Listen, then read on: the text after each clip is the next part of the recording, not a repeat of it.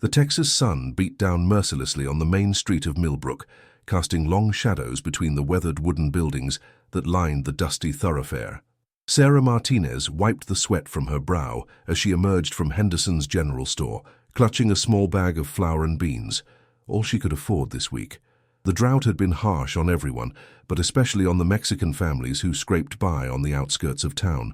At 24, Sarah had the kind of fierce determination that made men twice her size step aside. Her dark hair was pulled back in a practical bun, and her simple brown dress bore the dust and wear of honest work. She'd been helping her elderly neighbor, Mrs. Valdez, tend to what remained of their small cattle herd after mysterious disappearances had plagued the Mexican settlers for months. "Sarah!" called out Maria Santos from across the street, her voice carrying a note of urgency. "You need to hear this." Sarah hurried over to where Maria stood with several other women outside the church. Their faces were grave, and she could see the worry etched in every line. "What's happened?" Sarah asked, setting down her provisions. "It's the Ramirez family," Maria whispered, glancing around nervously. "Sheriff Thompson came by their place this morning with William Hayes, told them they had 3 days to pack up and leave." Sarah's jaw tightened.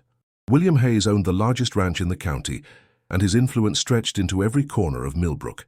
For months he'd been systematically pressuring the Mexican families to sell their small plots of land for fractions of their worth, claiming they couldn't prove proper ownership despite some families having worked the land for generations.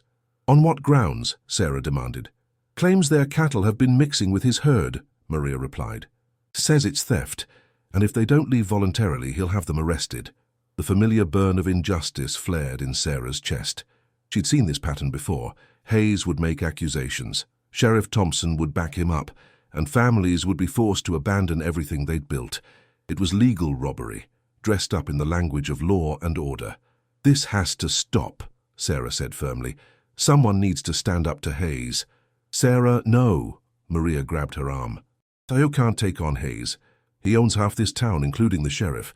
You'll only make trouble for yourself." But Sarah had already made up her mind. She'd watched too many families driven from their homes, seen too many children go hungry because their parents lost everything to Hayes's greed. If no one else would speak up, she would.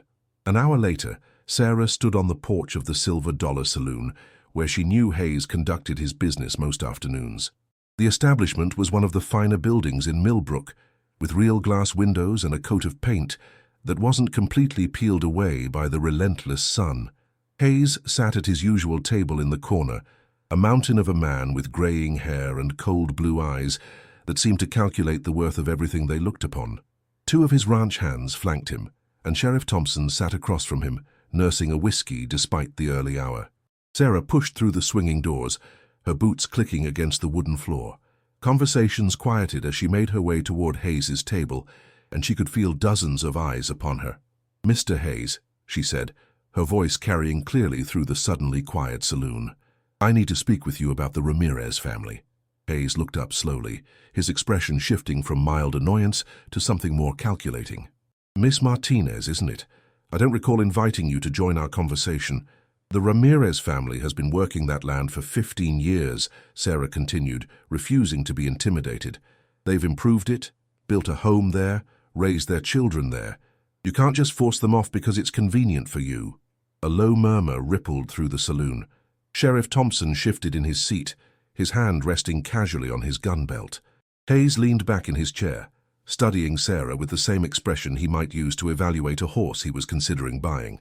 "Miss Martinez," Hayes said slowly, "the law is quite clear about property rights and cattle rustling. Perhaps you should concern yourself with matters that actually involve you." "This involves all of us," Sarah shot back. "Every family you've driven off, every acre you've stolen. It's making this whole community poorer and weaker." The silence that followed was thick with tension. Hayes's face had gone from calculating to genuinely angry, a flush of red creeping up his neck. "That's a serious accusation, Miss Martinez." Sheriff Thompson finally spoke, rising from his chair. "Sounds awfully close to slander to me." "It's the truth," Sarah replied, meeting the sheriff's gaze steadily. "And everyone in this room knows it." Hayes stood as well, his considerable bulk casting a shadow over Sarah. "I think Miss Martinez has said quite enough. Sheriff Thompson, perhaps you should escort her home before she says something she'll regret." "I'm not going anywhere," Sarah said firmly. "Not until you agree to leave the Ramirez family alone." It was then that she noticed him, a cowboy sitting alone at the bar, nursing a beer and watching the confrontation with quiet intensity. He was tall and lean, with sun-weathered features and eyes the color of storm clouds. She'd seen him around town but had never spoken to him. Something in his expression suggested he was listening to every word, weighing each statement carefully. Hayes followed her gaze and smiled coldly. "Tom Walker there works for me, Miss Martinez, as do most of the decent folks in this town. You do well to remember that before you go making wild accusations."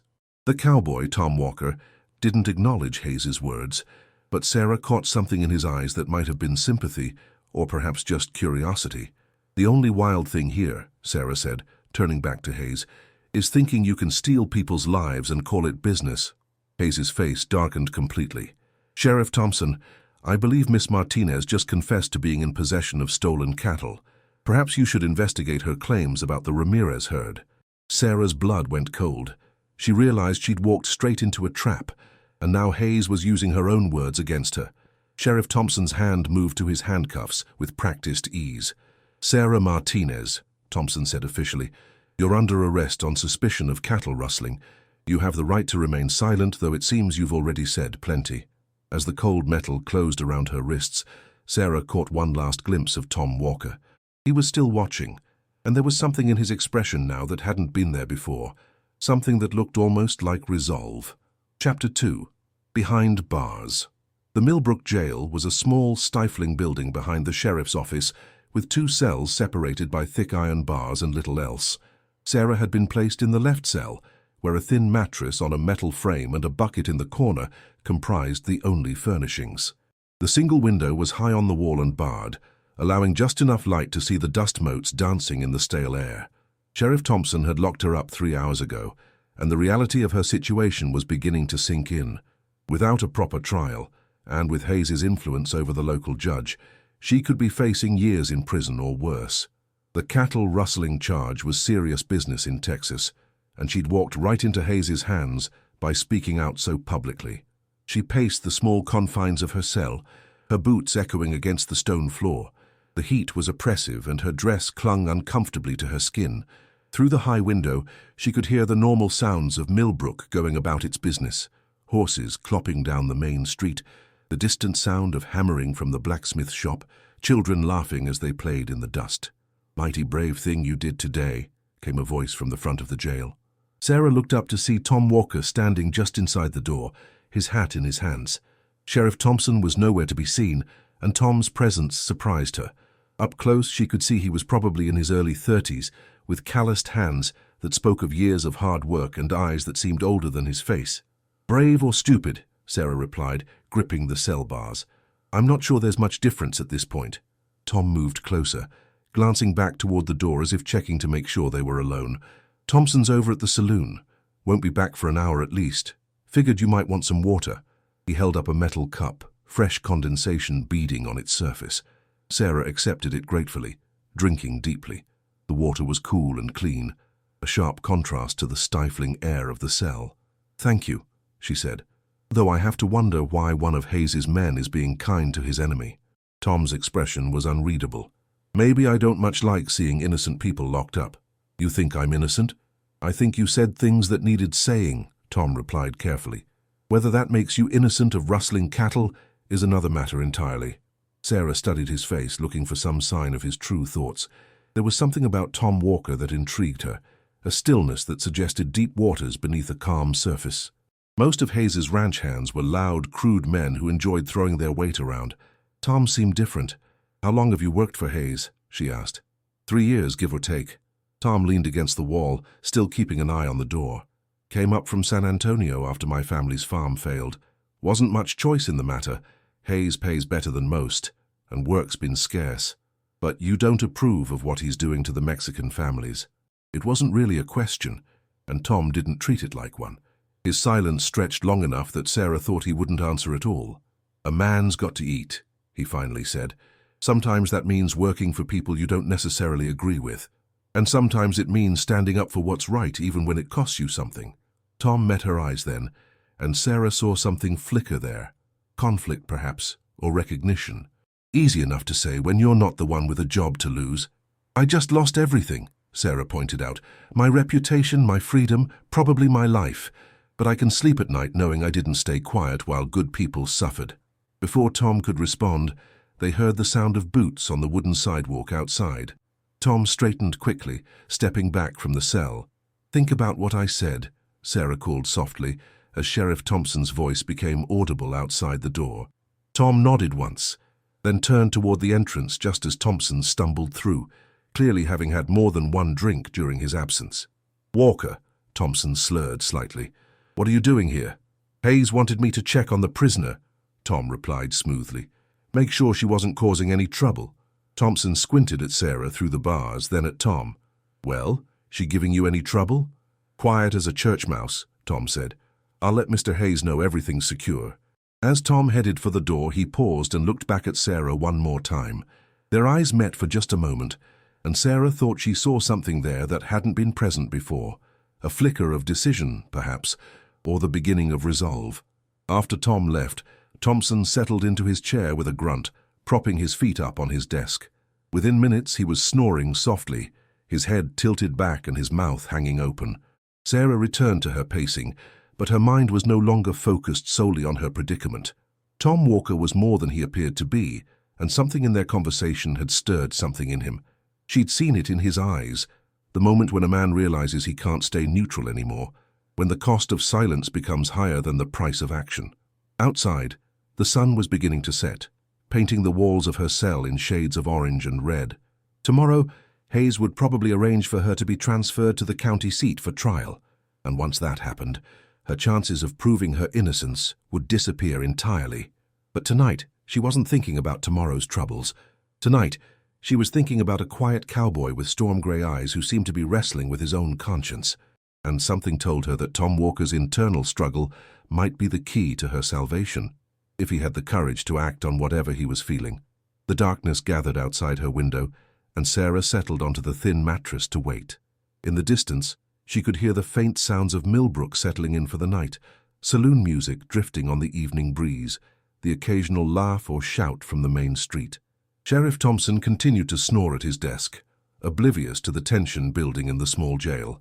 Sarah closed her eyes and tried to rest, but sleep wouldn't come. Instead, she found herself listening to every sound outside, wondering if one of them might be the soft footsteps of a cowboy who'd finally decided which side of the fight he belonged on. Chapter 3. The Breaking Point. Tom Walker couldn't sleep. He lay on his bunk in the ranch hand's quarters, staring at the rough wooden ceiling while the other men snored around him. Every time he closed his eyes, he saw Sarah Martinez's face through those jail cell bars, the determination in her dark eyes, the way she'd refused to back down even when everything was stacked against her. The bunkhouse was stifling, filled with the smell of unwashed bodies and stale tobacco smoke. Through the single window, Tom could see the main house where William Hayes lived in comfort, probably sleeping soundly without a care in the world. The contrast wasn't lost on him. Unable to stand it any longer, Tom pulled on his boots and stepped outside into the cool night air. The ranch was quiet except for the distant lowing of cattle and the soft nickering of horses in the corral. Stars dotted the clear Texas sky like scattered diamonds, and a half-moon cast everything in silver light. He'd been walking aimlessly for several minutes when he heard voices coming from the direction of Hayes's house. Tom moved closer, staying in the shadows cast by the barn, and recognized Hayes's booming laugh, followed by Sheriff Thompson's higher-pitched chuckle. Problem solved by morning, Hayes was saying as the two men stepped onto the front porch, each holding a glass of what looked like expensive whiskey. Judge Morrison owes me 3 favors, and I'm calling one in. That Martinez girl will be on her way to Huntsville Penitentiary by week's end. What about a trial? Thompson asked, though his tone suggested he already knew the answer. Hayes waved dismissively. Morrison will make it quick and clean. Rustling charge, guilty verdict, 5 years minimum. By the time she gets out, if she gets out, she'll be too broken to cause any more trouble. Tom felt his stomach turn. He'd known Hayes was ruthless, but hearing him casually discuss destroying Sarah's life over a glass of whiskey made the reality hit home in a way that surprised him. And the other families, Thompson continued. The Valdez woman, the Santos family? They'll fall in line once they see what happens to troublemakers, Hayes replied with satisfaction. Fear's a powerful motivator, Sheriff, much more effective than trying to reason with them. Tom pressed himself further back into the shadows as the two men continued their conversation, but he'd heard enough. Hayes wasn't just stealing land, he was systematically destroying anyone who stood in his way, and Sarah was about to become his latest victim. The next morning brought no relief from Tom's troubled thoughts. He went through the motions of his daily routine, checking fence lines, moving cattle, repairing equipment, but his mind kept drifting back to Sarah sitting in that sweltering jail cell. Around noon, Hayes rode out with several of the other hands to inspect the northern pastures, leaving Tom to work alone near the barn. It was then that he saw Maria Santos approaching on foot, her face etched with worry and determination. Tom had seen her around town, but had never spoken to her directly. She was about Sarah's age, with kind eyes and calloused hands that spoke of hard work. "Mr. Walker," she called out hesitantly as she drew near. Tom set down the bridle he'd been mending. "Mom, I heard you visited Sarah yesterday at the jail." Maria's voice was carefully controlled, but Tom could hear the desperation underneath. How is she holding up?" Tom glanced around to make sure they weren't being observed. "She's scared, but trying not to show it." "Why?" Maria stepped closer, lowering her voice. "Because we need your help. The whole Mexican community. We've been talking, and we know Sarah didn't steal any cattle. She was trying to help us, and now she's going to pay the price for Hayes's lies." "I'm not sure what you think I can do," Tom said carefully. "You work for Hayes. You know his operation, his schedule, his habits." Maria's eyes were pleading now. "And I saw the way you looked at Sarah yesterday. You care what happens to her." Tom felt heat rise in his cheeks. "Ma'am, Hayes is planning to have her transferred tomorrow morning," Maria interrupted. "Once she leaves Millbrook, we'll never see her again. But tonight—" She let the implication hang in the air. Tom stared at her for a long moment. "You're talking about breaking her out of jail. That's a serious crime, Mum. Could get a lot of people killed." "So is letting an innocent woman rot in prison for something she didn't do," Maria replied firmly. "Sarah risked everything to stand up for our families. Now we're asking you to risk something for her." Before Tom could respond, Maria pressed a small piece of paper into his hand. "The jail keys hang on a hook behind Thompson's desk. He'll be drunk and asleep by midnight. He always is. Sarah's horse is being kept at the stable behind Henderson's store. There's a trail that leads north through the canyon, away from the main roads." Tom looked down at the paper in his hand, then back at Maria's earnest face. "Why me? Why not one of your own people?" "Because Hayes would hunt down every Mexican family in the county if one of us did it," Maria said sadly. "But you're his employee. He might hesitate long enough for Sarah to get away." After Maria left, Tom spent the rest of the day in a state of internal turmoil. Everything he'd been taught about loyalty, about keeping his head down and doing his job, warred with the growing conviction that Sarah Martinez didn't deserve what was happening to her. As evening approached, Tom found himself thinking about his own family, his parents who'd lost their farm to drought and debt, his younger sister who'd had to marry a man she didn't love just to have a roof over her head. He'd watched powerless as circumstances beyond their control destroyed their lives, and he'd sworn he'd never be powerless again. But what was power if you didn't use it to help people who needed it? That night, Tom sat on his bunk and cleaned his revolver with methodical precision. Around him, the other ranch hands played cards and shared a bottle of rotgut whiskey, their voices growing louder and more boisterous as the evening wore on. None of them seemed to have any idea of the decision weighing on their quiet colleague. At 11:30, Tom made his choice. He strapped on his gun belt, pulled on his hat, and walked out into the night. The moon was nearly full now, casting sharp shadows across the ranch yard. In the distance, he could see lights still burning in some of the windows of Millbrook, but the jail was dark except for a faint glow from Sheriff Thompson's office. Tom's heart pounded as he made his way toward town, but his steps never faltered. Sarah Martinez had shown more courage in one afternoon than he'd managed in 3 years of working for Hayes. The least he could do was try to match it. Chapter 4. The Midnight Escape. Sarah jerked awake at the sound of a key turning in the lock. For a moment, disorientation clouded her thoughts. Had she been sleeping? The cell was pitch black, except for a thin shaft of moonlight streaming through the high window. Sheriff Thompson's snores still echoed from the front office, which meant, "Sarah," came Tom Walker's whispered voice from the darkness, "we need to move quickly. Sarah scrambled to her feet, her heart racing. In the dim light, she could just make out Tom's silhouette as he carefully opened her cell door, the hinges creaking softly despite his efforts to move quietly. "Tom, what are you—" "Hayes is having you transferred to Huntsville in the morning," Tom interrupted, his voice urgent but controlled. "Judge Morrison's already signed the papers. This is your only chance." Sarah stared at him through the darkness, trying to process what was happening. "You're risking everything for me. Why?"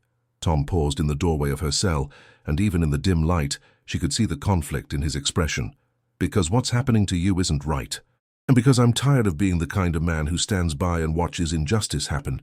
From the front office came a particularly loud snore, followed by the sound of Thompson shifting in his chair. Both Sarah and Tom froze, but the sheriff remained asleep. "Your horse is at Henderson's stable," Tom whispered, pressing something into her hand. Sarah's fingers closed around what felt like a small cloth bundle. "Food and water for the trail. There's a path through Devil's Canyon that leads north. Follow it for about 10 miles, then cut east toward the river." "What about you?" Sarah asked as they crept toward the back door of the jail. "I'll be fine. Hayes might suspect me, but he can't prove anything. And by the time he figures out what happened, you'll be long gone." Tom eased the back door open, checking the alley behind the jail before motioning for Sarah to follow. The night air hit her like a blessing after hours in the stifling cell, and she took a deep breath of freedom. They moved through the shadows between buildings, avoiding the main street where late-night revelers might still be wandering between saloons. Sarah's legs felt unsteady after hours of confinement, but adrenaline kept her moving. Every shadow could be hiding one of Hayes's men. Every sound could mean discovery and recapture. Henderson's stable was at the far end of town, a weathered building that housed horses for travelers and townspeople who couldn't afford their own barns. Tom led her around to the back entrance, where a familiar whinny greeted them. "Luna," Sarah breathed, recognizing her mare's voice. The horse was already saddled and ready, and Sarah realized Tom must have prepared for this hours ago. Luna nuzzled her shoulder affectionately, and Sarah ran her hands along the mare's neck, drawing comfort from the familiar contact. "There's a rifle in the scabbard and extra ammunition in the saddlebags," Tom said quietly as he checked the cinch. "The trail through Devil's Canyon is rough, but it'll keep you away from the main roads. Once you reach the river, follow it east until you hit the railroad. From there you can catch a train to somewhere Hayes's reach doesn't extend." Sarah swung into the saddle, feeling more like herself for the first time since her arrest. On horseback, she was no longer a trapped victim. She was Sarah Martinez again, capable and free. "Tom," she said, looking down at him, "come with me." The words surprised her as much as they seemed to surprise him. Tom stepped back, shaking his head. "I can't. This is your fight, not mine." "It could be," Sarah insisted. "Hayes won't stop with me, you know that. He'll keep pushing until every decent person in this county is either working for him or driven out. Someone needs to stand up to him." Tom's expression was unreadable in the moonlight, but Sarah thought she saw something flicker across his features. Longing, maybe, or regret. "Sarah, The sound of shouting from the direction of the jail cut him off. A lantern bobbed between the buildings, and they could hear Sheriff Thompson's voice, slurred but urgent, calling for help. "He's awake," Tom said grimly. "You need to go, now." Sarah gathered Luna's reins, but she couldn't resist one last look at the man who'd risked everything to free her. "Thank you, Tom Walker, for everything." "Ride hard and don't look back," Tom replied. "And Sarah, when you get wherever you're going, make sure they know what Hayes is doing here. This story needs to be told." Sarah nodded, then urged Luna into motion. The mare responded eagerly, her hooves drumming against the packed earth as they headed toward the edge of town. Behind them, the shouts were growing louder, and Sarah could see more lanterns beginning to move through the streets. As they reached the outskirts of Millbrook, Sarah turned Luna toward the dark mouth of Devil's Canyon. The trail was treacherous, especially at night, but it was her best chance of putting distance between herself and her pursuers before dawn. The canyon walls rose on either side like ancient guardians, and Luna's hooves echoed off the stone as they picked their way carefully along the narrow path.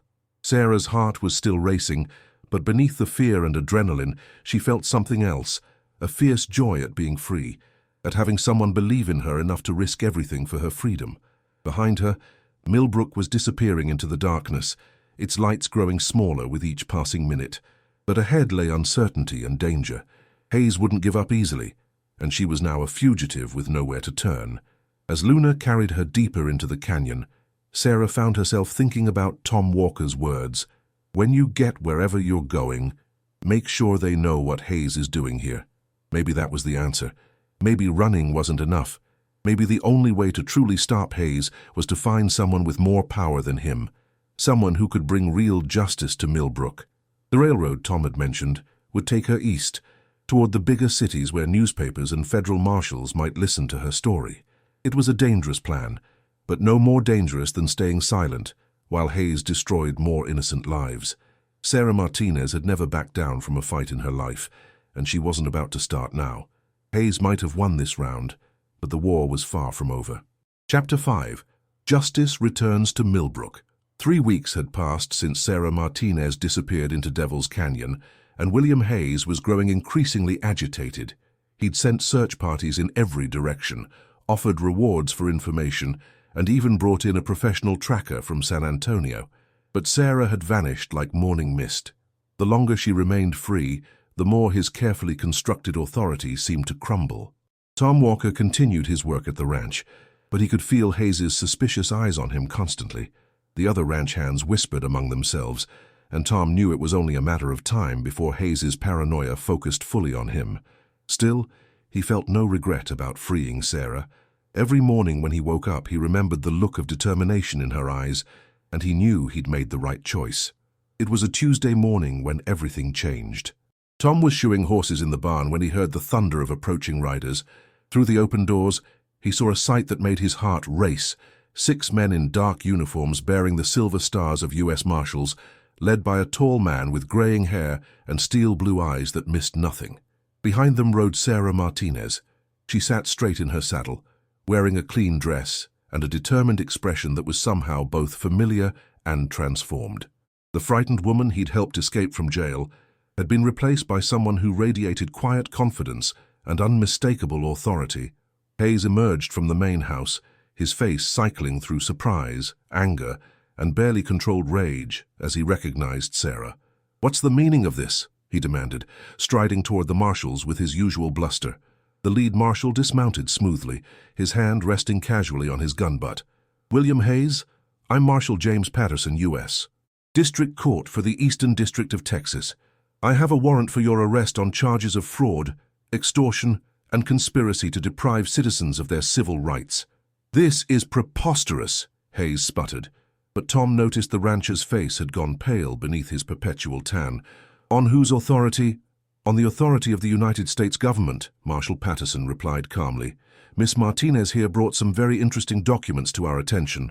Seems you've been forging land deeds and bribing local officials for quite some time." Sarah dismounted and approached Tom, who had stepped out of the barn to watch the proceedings. Her smile was radiant, transforming her entire face. "Hello, Tom," she said softly. "I told you this story needed to be told." "How?" Tom asked, genuinely amazed. "How did you manage all this?" "The railroad took me to Austin," Sarah explained, watching as the marshals placed Hayes in shackles. "I went straight to the federal courthouse and told them everything I knew. At first they didn't want to listen to a Mexican woman with wild stories, but I kept pushing. Finally, one of the clerks put me in touch with Marshal Patterson. But evidence? You needed proof." Sarah's smile turned mischievous. "Remember Mrs. Valdez, my elderly neighbor? Turns out she's been keeping every document Hayes ever gave her family, including the original deed to their land and the forged one Hayes tried to replace it with. She's been hiding them in a coffee tin for months, waiting for the right moment." Tom watched as Sheriff Thompson was also placed under arrest, protesting his innocence even as the evidence mounted against him. The other ranch hands stood around in stunned silence, clearly unsure what would happen to them. "What about the rest of us?" Tom asked. "The men who work here?" Marshal Patterson overheard and approached them. "Any man who worked for Hayes but wasn't involved in his schemes has nothing to fear from us. We're only interested in those who knowingly participated in fraud and intimidation." Over the next few hours, Tom watched as the marshal's investigation unfolded. They'd brought a federal judge with them, and a makeshift court was set up in Millbrook's church. One by one, the Mexican families Hayes had driven away returned to testify, their faces showing a mixture of fear and hope. Mrs. Valdez, despite her age, spoke with the clarity and strength of someone who had endured decades of injustice. The Ramirez family produced witnesses who could testify to Hayes's threats and illegal tactics. Even some of the Anglo townspeople came forward, admitting they'd been too frightened to speak up before.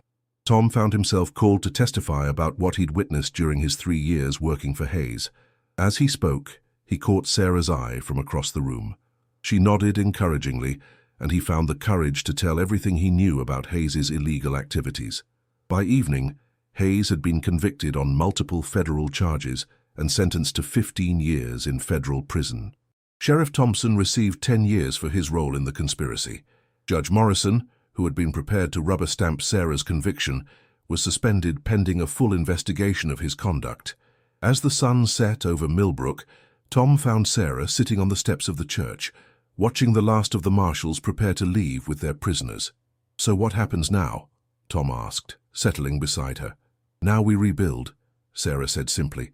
"The families who were driven away can come home. The land Hayes stole will be returned to its rightful owners, and maybe, just maybe, Millbrook can become the kind of place where justice matters more than who has the most money." Tom nodded, then gathered his courage for the question that had been burning in his mind all day. "And what about us? I mean, what about you? Will you stay in Millbrook?" Sarah turned to look at him, and Tom saw something in her eyes that made his heart race. "That depends," she said softly. "Are you asking me to stay?" "I'm asking if you'd give a reformed cowboy a chance to prove he can be the kind of man who stands up for what's right," Tom replied, his voice barely above a whisper. Sarah's answer was a smile that outshone the setting sun. "Tom Walker, I've been waiting my whole life for exactly that kind of man." 6 months later, Tom Walker and Sarah Martinez were married in the same church where Hayes had been convicted. The ceremony was attended by families from across the county, Mexican and Anglo alike, united by their shared experience of seeing justice triumph over corruption. Tom had used his savings to buy a small piece of land on the outskirts of town, where he and Sarah planned to raise cattle and horses. It wasn't much, but it was theirs, and it represented something more valuable than all of Hayes's stolen acres, a future built on honesty and hard work. As they danced their first dance as husband and wife under a canopy of Texas stars, Sarah looked up at Tom with eyes full of love and promise. "No regrets?" she asked. "Only one," Tom replied, pulling her closer. "I wish I'd found the courage to help you sooner." Sarah smiled and rested her head against his shoulder. "We found each other exactly when we were supposed to," she said, "and that's all that matters." In the distance, the lights of Millbrook twinkled peacefully, and for the first time in years the town felt like a place where good people could build good lives. The sheriff's badge now belonged to Maria Santos's husband, Diego, and the courthouse had a new judge who believed that justice should be blind to a person's skin color or bank account. It had taken courage to change things, Sarah's courage to speak up, Tom's courage to act, and the community's courage to stand together. But in the end, they'd learned that sometimes the most powerful weapon against injustice isn't a gun or money or influence. Sometimes it's just one person willing to say, "This is wrong," and another person willing to help them make it right. The music played on under the Texas stars, and Tom and Sarah danced into their future, knowing that whatever challenges lay ahead, they would face them together.